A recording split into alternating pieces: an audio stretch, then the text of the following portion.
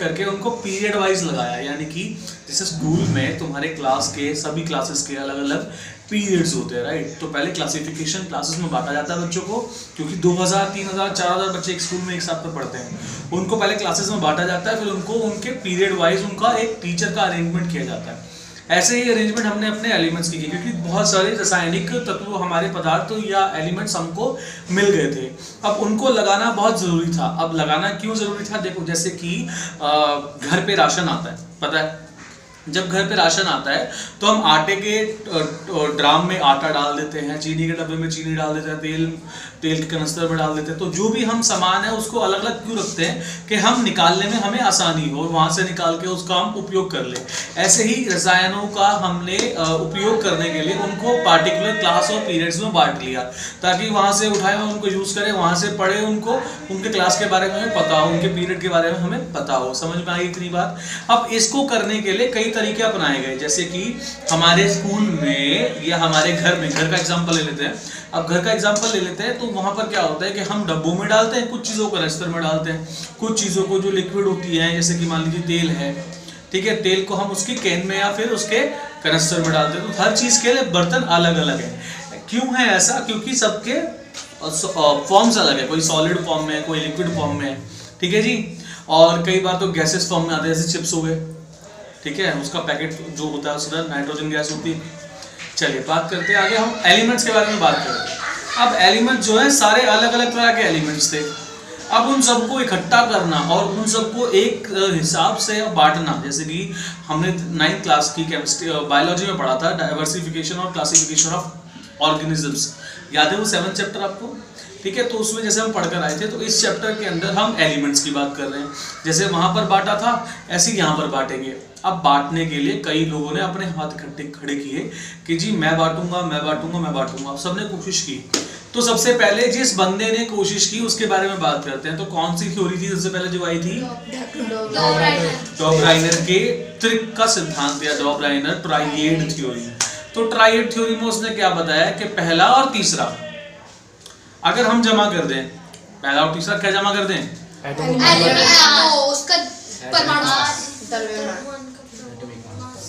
Atomic mass को अगर हम दोनों के पहले और तीसरे एलिमेंट्स के एटॉमिक मास को हम प्लस करके बटे में 2 कर दें, यानी कि एवरेज वाला फॉर्मूला लगा दें, तो हमें बीच वाले का एटॉमिक मास मिल जाएगा, ठीक है। अब उसने इस हिसाब से लगाने शुरू कर दिए, ठीक है।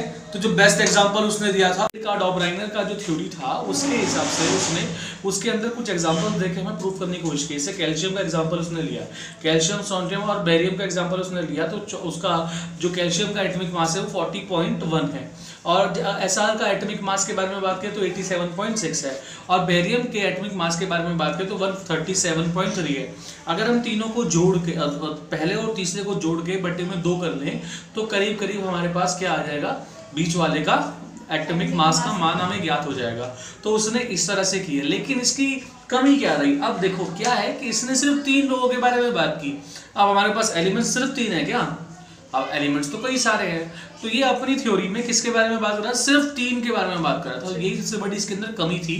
हालांकि काफ़ी सही था हिसाब किताब, पहली बार किसी ने कोशिश की थी तो काफ़ी सही था, लेकिन डॉबराइनर की ये ट्राइएड की थ्योरी यहाँ पर फेल होती। तो लिमिटेशन में क्या लिखोगे कि only 3 elements were considered at one time, यानी कि उसने एक वक्त पर सिर्फ 3 रासायनिक तत्वों की या पदार्थों के बारे में बात की।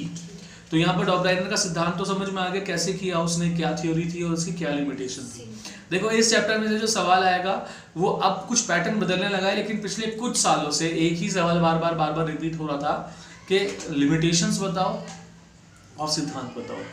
लिमिटेशन और थ्योरी, लिमिटेशन और थ्योरी, उसको बदल के लिख दिया एनोमलीज, बदल के लिख दिया ड्रॉबैक्स, ठीक है जी, सीमाएं हिंदी में, ठीक है। तो ऐसे ही सवाल अब नहीं आते। अब कौन सा सवाल आता है वीडियो के लास्ट में बताऊंगा, तो अंत तक बने रहना। जब मैं लास्ट में वो सवाल बताऊंगा तो वो सवाल उतार लेना, बाकी मैं लिख के दूंगा ही नीचे स्लाइड में, ठीक है। चलिए बात करते हैं। उसके बाद हमारे आए न्यूलैंड भाई। तो न्यूलैंड सर ने हमें न्यूलैंड लॉज ऑफ ऑक्टेव दिया। अब न्यूलैंड लॉ ऑफ ऑक्टेव के अंदर क्या हो रही थी बात कि पहले से लेके 8वां जो तत्व है, 1 से लेके 8 तक की बात करें तो जो पहली प्रॉपर्टी थी वो 8वें में वापस से अकर हो रही थी, यानी कि जो 1 से लेके 7 तक है, बाकी 8वां जो है वो पहले जैसा ही आएगा। तो उसने एग्जाम्पल दिया था एक कीबोर्ड का, एक पियानो का, एक हमारा हारमोनियम का, जिसमें सुर होते हैं सा रे गा मा पा धा नी सा, और सा लास्ट का 8वां सुर बनता है, सा रे गा मा पा धा नी के बाद फिर सा रिपीट होता है। तो न्यूलैंड ने ऐसा कहा। अब न्यूलैंड ने ऐसे करके उसको एलिमेंट को उनके बढ़ते क्रम में, उनके एटॉमिक मास के बढ़ते क्रम में उनको लगाने की कोशिश करता चला गया। तो उसने जब लगाया तो उसने देखा कि जो पहला एलिमेंट था, 8वां एलिमेंट बिल्कुल उसी की केमिकल प्रॉपर्टीज वाला ही निकल कर आया। तो पहला उसने लगाया ऐसे हाइड्रोजन लगा दिया, उसके बाद लिथियम लगा दिया, फिर बेरिलियम लगा दिया, फिर बोरोन लगा दिया, कार्बन, नाइट्रोजन, ऑक्सीजन, उसके बाद फ्लोरीन, ठीक है, sodium, magnesium, aluminium, silicon, phosphorus, sulphur, फिर कैल्शियम, क्लोरीन, ठीक है, और उसके बाद कोबाल्ट, निकल। अब यहाँ पर आकर के वो थोड़ा सा फंस गया, क्योंकि कहीं पर जाकर के उसकी लिमिटेशंस तो आनी थी, क्योंकि एटॉमिक मास के ऊपर वो पूरा जोर दे रहा था। अब क्या हुआ कि अब बात करते हैं लिमिटेशन के बारे में। थ्योरी तो क्लियर हो गई, तो लिमिटेशन क्या थी कि अब थ्योरी समझ में आ गई ना, कि थ्योरी का मतलब इसमें सिर्फ एक ही सिद्धांत था कि जो एटॉमिक मास को बढ़ते क्रम में जब हम लगाएंगे तो पहले और 8वें एलिमेंट की केमिकल प्रॉपर्टीज सेम आएंगी, ठीक है, सेम आएंगी, लगभग एक जैसी आएंगी, ठीक है। जैसे क्लोरीन, फ्लोरीन तो सेम ही है, पीवी फैमिली के, हेलोजन फैमिली के, हम कार्बन में पढ़कर आए हैं, हेलो ग्रुप, ठीक है। चलिए बात करते हैं लिमिटेशन के लॉ की, कुछ कमियों के बारे में। तो लिमिटेशंस, तो एक सवाल बनकर आएगा, what were the limitations of Newlands Octave law, Newlands law of Octave, ठीक है। तो कमी सिर्फ इतनी सी थी कि ये क्या कर रहा था कि लाइटर एलिमेंट्स तक, यानी कि अप टू कैल्शियम तक ये एप्लीकेबल था, उसके बाद नहीं ना। क्रोमियम, मैग्नीज, टाइटेनियम, आयरन, ये तो बहुत बड़े बड़े हैवी एलिमेंट्स हैं, इसके ऊपर एप्लीकेबल नहीं था। फिर दूसरी बारे में अगर एक और इसकी कमी के बारे में बात करें तो क्या था कि कुछ एलिमेंट्स जब तक ऐसे भी थे जो कि डिस्कवर ही नहीं हुए थे, अब जो बाद में डिस्कवर हुए उन्हें वो अरेंज नहीं कर पाए, तो ये भी एक बहुत बड़ी कमी थी। फिर इसके बाद में न्यूलैंड का भी लॉ खत्म हुआ, पहले डॉ ब्राइनर पढ़ा हमने, फिर न्यूलैंड पढ़ा, इसके बाद में आया मेंडलीव का लॉ। तो जो मेंडलीव की पीरियडिक टेबल थी, उन्होंने भी यही चीज़ रिपीट की, उन्होंने इंक्रीजिंग एटॉमिक मास यानी कि बढ़ते क्रम में जब एटॉमिक मास, परमाणु द्रव्यमान को लगाया, और उसने ये बताया कि जो केमिकल प्रॉपर्टीज, जो रासायनिक या गुणधर्म है, ये वापस जो रिपीट हो रहे हैं, ये होना ही है, क्योंकि ये इनका पीरियडिक फंक्शन है। जितने भी एलिमेंट्स हैं ये इनका पीरियडिक फंक्शन है, ये इनकी प्रॉपर्टी है कि ये दोबारा से रिपीट होती ही है। तो मेंडलीव ने ऐसे करके क्लियर करके बताया। तो उसके अंदर भी कुछ कमियां आई, जो मेंडलीव ने किया उसके कुछ फायदे भी थे, कुछ नुकसान भी थे। अब ध्यान देने वाली बात क्या है कि ये वीडियो अब ले रही है करवट, क्योंकि अब जो दो बड़े बड़े टॉपिक हैं उसकी तरफ हम जा रहे हैं, एक तो मेंडलीव की पीरियडिक टेबल और एक मॉडर्न पीरियडिक टेबल। इसके अलावा इस चैप्टर में कुछ भी पढ़ने जैसा था ही नहीं। लेकिन इसके बाद एक और टॉपिक जो मैंने बताया था कि अब एग्जाम में बदल के आने लगा, तो उसके बारे में लास्ट में बात करेंगे और चैप्टर खत्म हो जाएगा। जैसे मैंने कहा था कि ये चैप्टर एक वीडियो में खत्म हो जाएगा, तो वाकई में ये चैप्टर एक वीडियो में आज खत्म। पीरियडिक टेबल है, उसके बारे में हमारी बात चल रही थी कि मेंडलीव की पीरियडिक टेबल के अंदर उसने क्या क्या किया और कैसे कैसे किया। तो ये तो क्लियर था कि सबसे पहले उसने एटॉमिक मास के इंक्रीजिंग ऑर्डर में एलिमेंट्स को लगाया, और उसने बताया कि जो प्रॉपर्टीज ये रिपीट हो रही हैं ये इनका पीरियडिक फंक्शन है। ये लाइन तो समझ में आई गई होगी। इसके बाद में बात करें तो उसने कुछ इस तरह से अपने चैनल को बनाया कि उसने एक तरफ तो लिए ग्रुप्स और एक तरफ लिए पीरियड्स। अब इसने कुछ सीरीज भी बनाई और साथ में ऑक्साइड और हाइड्राइड्स के हिसाब से उसने एलिमेंट्स को लगाना शुरू किया। लेकिन उसके अंदर कमियां क्या थी, अब उसके बारे में बात कर लें। तो जो कमियां थी, कमियों में सबसे नंबर 1 कमी ये थी कि उसने हाइड्रोजन की जगह नहीं फिक्स की थी। दूसरा, वो आइसोटॉप्स की जगह नहीं बना पाया। और तीसरा कि वहाँ पर जो भी गैप्स थे, जब तक डिस्कवरी नहीं हुई, जब तक वो गैप्स अनफिल्ड ही रहे। तो ये 3 मोटी मोटी कमियां मेंडलीव की पीरियडिक टेबल की थी। इसके बाद में बात करें तो इसने अच्छे काम क्या किए, जो गैप थे वो अच्छे भी थे, क्योंकि बाद में जर्मेनियम जैसे, स्कैंडियम जैसे एलिमेंट्स की डिस्कवरी हुई तो उनको वहाँ फिट कर दिया गया। एक कमी ये भी थी कि वो निकल की और जो कोबाल्ट की पोजीशन थी उसमें भी कुछ कंफ्यूजन थी, किसी को पहले रख दिया गया जबकि उसके एटॉमिक मास के हिसाब से वो पहले नहीं आना चाहिए था। ठीक है। वो एग्जांपल आपको बहुत फेमस एग्जांपल है, मेंडलीव की कोई भी कमी अगर बतानी हो तो निकेल और कोबाल्ट वाला तो एग्जांपल याद रखना ही रखना, क्योंकि मैंने क्या किया था याद करने के लिए, निकोमेंट करके मैंने याद किया था कि मेंडलीव की अगर कमी लिखने को आएगी तो मैं लिखूंगा निकेल कोबाल्ट मेंडलीव, तो मैंने निकोमेंट करके याद कर लिया था कि अगर मेंडलीव की लिमिटेशन लिखने को आई, और क्योंकि बहुत पहले मैंने एग्जाम दिया था तो उस टाइम तो ये पूछा जाता था सीधा सीधा सवाल, what were the limitation of Mendeleev periodic table, और कंपैरिजन में दिया जाता था मॉडर्न पीरियडिक टेबल के, तो मैंने तो निकोमेंट करके याद किया था, जैसे हमने विब्गी और याद किया है। आपका तरीका भी कुछ और हो सकता है याद करने का, ऐसा कुछ फिक्स नहीं है कि तरीका एक ही होना चाहिए, ठीक है, तरीके तो बदलते रहते हैं, लेकिन बस मकसद सेम होना चाहिए कि हमें वो चीज़ याद रखनी है, ठीक है। तो एक ये कमी थी। इसके बाद में अगर हम बात करें कि उसके बाद में अब हुआ क्या, कि अब आती है बात कि कहानी जब बार बार रिपीट हो रही थी, मेंडलीव, डॉब्राइनर, न्यूलैंड, लेकिन एक अच्छी क्लासिफिकेशन नहीं हो पा रही थी। फिर कई सारे साइंटिस्ट्स ने मिलकर के फैसला किया कि हम सब मिलेंगे और हम अब की बार दिशा बदल के देखते हैं, क्या पता दशा बदल जाए, दीवार को धक्का मार के तो बहुत देख लिया। तो उन्होंने अब की बार कॉन्सेप्ट बदला और एटॉमिक मास से हटा करके गाड़ी एटॉमिक नंबर की पटरी पर ले आए। तो जब एटॉमिक नंबर को इंक्रीजिंग ऑर्डर में उन्होंने लगाया तो उन्होंने हाइड्रोजन की जगह भी बना दी, नोबल गैसेस को जगह भी दे दी, आइसोटोप्स के लिए भी जगह बन गई, और सारे के सारे एलिमेंट्स क्रमबद्ध लगते चली गए। तो उसने कुछ ग्रुप्स बनाए उन्होंने, और कुछ सीरीज, कुछ पीरियड्स बनाए। तो जो वर्टिकल थे वो क्या थे, ग्रुप और पीरियड। जो वर्टिकल है, जो नीचे की ओर जा रहे हैं, वो क्या थे, ग्रुप या पीरियड, वो थे पीरियड, और जो हॉरिजॉन्टल जा रहे थे वो थे ग्रुप। समझ में आई बात। तो उन्होंने कुछ ग्रुप बनाए और कुछ पीरियड्स बनाए और उसमें लगाते चले गए। तो उन्होंने एक सिंपल सा फंडा लिया था जिसके अंदर वो आउटर मोस्ट शेल को देख रहे थे, किसके पास एक बचता है, किसके पास दो बचता है, किसकी इलेक्ट्रॉनिक कन्फिग्रेशन क्या है, किसकी वैलेंसी क्या है, और किसके वैलेंस इलेक्ट्रॉन्स कितने होते हैं आउटर मोस्ट शेल में, और इसके हिसाब से वो लगाते चले गए। जैसे हाइड्रोजन लगाया, फिर हीलियम लगाया, फिर लिथियम लगाया, फिर बेरिलियम, फिर बोरोन, फिर कार्बन, ऑक्सीजन,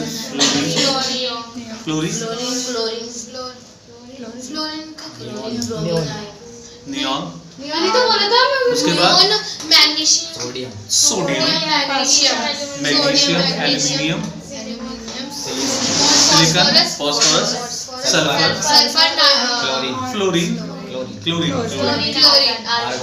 आर्गन, पोटेशियम और कैल्शियम। तो अगर शुरू के 20 भी याद कर लो तो भी काफी हो जाएगा। तो hydrogen, helium, lithium, beryllium, boron, carbon, nitrogen, oxygen, fluorine की वैलेंसी जितनी चाहिए, जितना देना है,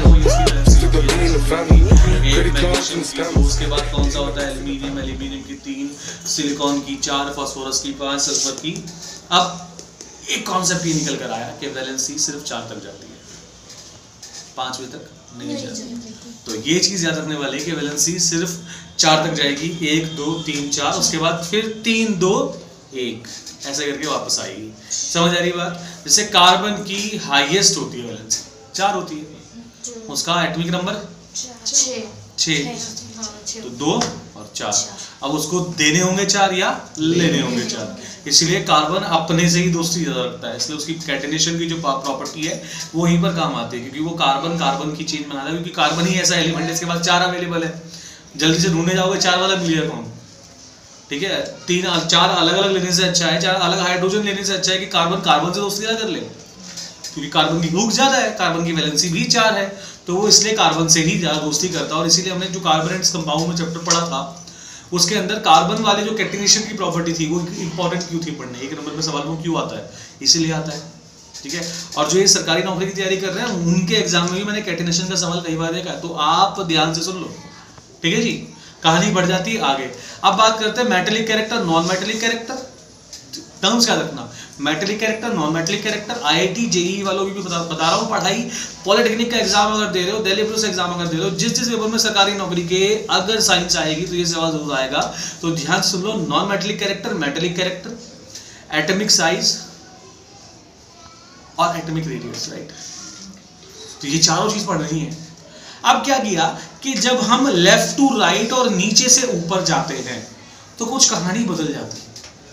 और ये बहुत इंपॉर्टेंट है, जो मैंने शुरू में बताया था कि लास्ट में एक इंपॉर्टेंट चीज मैं आपको बताऊंगा, वो इस चैप्टर में आजकल ट्रेंड बन गया है। आजकल ट्रेंड क्या बन गया है कि ये सवाल ऐसे आते हैं घूमा फिरा करके, क्योंकि पहले आते थे 5 नंबर का सवाल फिक्स होता था कि 5वें चैप्टर में से 5 नंबर का सवाल आएगा, आगमन करके चले जाओ, मॉडर्न पीरियडिक टेबल चार्ट के चले जाओ, मेंटली पीरियडिक टेबल चार्ट के चले जाओ। लेकिन अब ऐसा नहीं होगा, ट्रेंड्स बदल गए हैं। अब ये 3 नंबर में सवाल देते हैं या 5 नंबर के सवाल में आधा पार्ट इसका दे देते हैं। और पूछा क्या होगा अगर हम लेफ्ट से राइट जाएं, क्या होगा अगर हम लेफ्ट से राइट जाएं। तो चलो पहले इसके बारे में बात कर लेते हैं। देखो एटॉमिक साइज जो है वो जब रेडियस बढ़ेगी, देखो क्योंकि एटम जो होता है सर्कुलर होता है, तो जैसे जैसे रेडियस बढ़ती किसी भी सर्कल की उसका साइज बड़ा हो जाता है, ठीक है। तो जब जब रेडियस बढ़ेगा किसी भी एटम का तो उसका साइज बढ़ जाएगा। और ये कहना क्या चाह रहा है, हमारे पास में जो लिखा हुआ है वो ये बता रहा है कि जब लेफ्ट से राइट जाएंगे हम तो एटॉमिक रेडियस जो है डिक्रीज होगा, लेफ्ट से राइट जाने पर, यानी कि ऐसे जाने पर, ठीक है, ऐसे जाने पर एटॉमिक साइज डिक्रीज होता है। समझ में आई कहानी। अब एटॉमिक साइज इंक्रीज कब होता है, जब हम नीचे जाते हैं ग्रुप में, ठीक है। जब हम नीचे की ओर जाएंगे, डाउनवर्ड जाएंगे, तो एटॉमिक साइज बढ़ेगा क्योंकि रेडियस बढ़ेगी, ठीक है। हाइड्रोजन अब बहुत छोटा होता है, लेकिन आयरन तो बहुत नीचे होता है ना हाइड्रोजन से, आयरन की तो एटॉमिक रेडियस बड़ी होती है। समझ, तो कॉन्सेप्ट कहीं से भी, लॉजिक कहीं से भी लगा सकते हो, it's very simple to understand. बस ये याद रखना कि लेफ्ट से राइट जाने पर एटॉमिक साइज कम होगा, ठीक है, और ऊपर से नीचे आने पर एटॉमिक साइज बढ़ेगा, ठीक है। आगे बढ़ जाते हैं। फिर बात आती है हमारे मेटेलिक और नॉन मेटेलिक कैरेक्टर की। जैसा कि मैंने बताया, तो मेटेलिक कैरेक्टर का मतलब क्या होता है कि एटम जितना ज्यादा मेटेलिक होगा वो उतने इलेक्ट्रॉन छोड़ेगा। एटम जितने ज्यादा मेटेलिक होगा उतने ही ज्यादा वो क्या छोड़ेगा, अपने एलिमेंट यानी इलेक्ट्रॉन छोड़ देगा। तो जो मेटल्स होते हैं ये इलेक्ट्रो पॉजिटिव होते हैं। क्या होते हैं, इलेक्ट्रो पॉजिटिव होते हैं। तो जब ये इलेक्ट्रो पॉजिटिव होते हैं, तो इलेक्ट्रो पॉजिटिव किसे कहते हैं, अरे जब कोई एलिमेंट किसी को कुछ देगा तभी तो वो पॉजिटिव बनेगा। तो ये बहुत सिंपल से दो चीजें बता दी। अगर कोई पूछे मेटलिक कैरेक्टर क्या होते हैं, 2 प्रॉपर्टी तो याद रखनी है कि देखो पहली बात तो ये मेटलिक कैरेक्टर देने वाले होते हैं, और क्योंकि ये देते हैं इसलिए ये इलेक्ट्रो पॉजिटिव होते हैं। बहुत सिंपल सी 2 बातें हैं, लॉजिकली सिंपल है, एक दूसरे से लिंक्ड है, ठीक है। ऐसे ही याद रखनी होती चीजें साइंस में। अच्छा, बात करें लेफ्ट से राइट में अगर हम जाएंगे तो मेटलिक कैरेक्टर घटेगा या बढ़ेगा, मारो तुक्का। मेटलिक कैरेक्टर घटेगा, ठीक है जी, क्योंकि हम क्या कर रहे हैं कि न्यूक्लियर चार्ज बढ़ता है। अगर हम लेफ्ट से राइट में जाएंगे तो न्यूक्लियर चार्ज बढ़ जाएगा, तो इलेक्ट्रॉन लूज तो होंगे नहीं, ठीक है। समझ आ रही बात। तो कहानी क्या है कि मेटलिक कैरेक्टर के अंदर अगर हम बात करें तो लेफ्ट से राइट जाने पर मेटलिक कैरेक्टर घटता है। यहाँ तक ठीक है जी। जितने भी मेटल्स होते हैं वो लेफ्ट हैंड साइड पर होते हैं, ये भी पता होगा क्योंकि आपकी एनसीईआरटी में तो बड़ा ही सुंदर सा चित्र बना रखा है पीरियडिक टेबल का। इसमें पिंक दे रखे हैं, ब्लू दे रखे हैं, कलर है बाकायदा नियॉन कलर भी दे रखा है, राइट। तो उससे एक बार जाकर के पढ़ लेना। बाकी मैं स्लाइड तो लगा ही दे ही रहा हूँ आपको। तो मैंने पहले भी बताया था कि वीडियो को रुक करके देखा करो, ताकि वो जो चीज़ें मैं लिख के दे रहा हूँ वो इंपॉर्टेंट है, तभी मैंने लगाई है। मेरे पास इतना टाइम नहीं कि मैं उसको एडिट करता रहूँ, या मेरी कोई टीम नहीं है कि मैं वो एडिट करने वाला बंदा है वो एडिट करके ही देगा। तो वो वीडियो को आप जरा उसको रोक करके एक बार उतार लिया करो, क्योंकि मैंने पहले भी आपको बताया था कि लिखने की बड़ी इंपॉर्टेंस है पढ़ाई करते वक्त। जितने भी टॉपर्स होते हैं वो सब अपने हाथ में मार्कर लेके बैठते हैं जब भी किताब पढ़ते हैं, और जितने भी टॉपर्स होते हैं वो पूरी किताब रंग के बैठे होते हैं एग्जाम से पहले 4 बार, राइट। हाईलाइट करना बहुत जरूरी है चीज़ें, इसलिए मैं भी जो इंपॉर्टेंट चीज़ होती है लिख के आपको दे देता हूँ। आगे बात करते हैं, जो मेटलिक कैरेक्टर के बारे में बात होगी। लास्ट टॉपिक हमारा है नॉन मेटलिक कैरेक्टर, उसके बाद चैप्टर खत्म हो जाएगा। तो जैसे मेटलिक कैरेक्टर था पॉजिटिव, ये होगा नेगेटिव, वो देता था ये लेता है। 2 चीजें क्लियर हो गई, समझ में आई बात। अच्छा, ये राइट साइड में होंगे वो लेफ्ट साइड में थे तो बीचों बीच तो होंगे नहीं, ठीक है। और दूसरी बात, अगर हम नीचे जाएंगे तो बढ़ेगा या घटेगा, बढ़ेगा या घटेगा, बढ़ेगा या घटेगा, दोबारा से बढ़ेगा, घटेगा, उल्टा है। किसमें? नॉन मेटलिक कैरेक्टर ग्रुप में नीचे जाते वक्त घटता है, इधर बढ़ेगा, ठीक है जी। तो यहाँ तक समझ आ गई बात। तो ये metallic character non metallic character के बारे में बेसिक इंट्रोडक्शन था। जो भी other important facts are given on the slides, please note them as they are very important, also part of the chapter, and you have to note them as soon as possible. And while watching the videos, be careful everyone, जो भी आप सुने उसको आप लिखने की कोशिश जरूर करें एक बार। और अगर आप उसको ऐसा लिखते हैं और उसको एक बार आप छोटे शब्दों में या हाईलाइट करके जब लिख लेंगे तो आपको एग्जाम के टाइम पे उससे आसानी होगी। अगर कोई दिक्कत आ रही है, किसी भी बात पर कोई भी डाउट लग रहा है, तो kindly share your feedback through comments. आपके कमेंट मुझे पावर देंगे ताकि मैं अगली वीडियो दोबारा जल्दी बनाऊं। और अगर शोर आता है मेरी वीडियोस में तो उसके लिए माफ़ी चाहिए, क्योंकि मैं लाइव क्लास में ही वीडियो बना रहा हूँ। मेरे हैं कुछ बच्चे जो मेरे को सपोर्ट करते हैं। तो थैंक यू।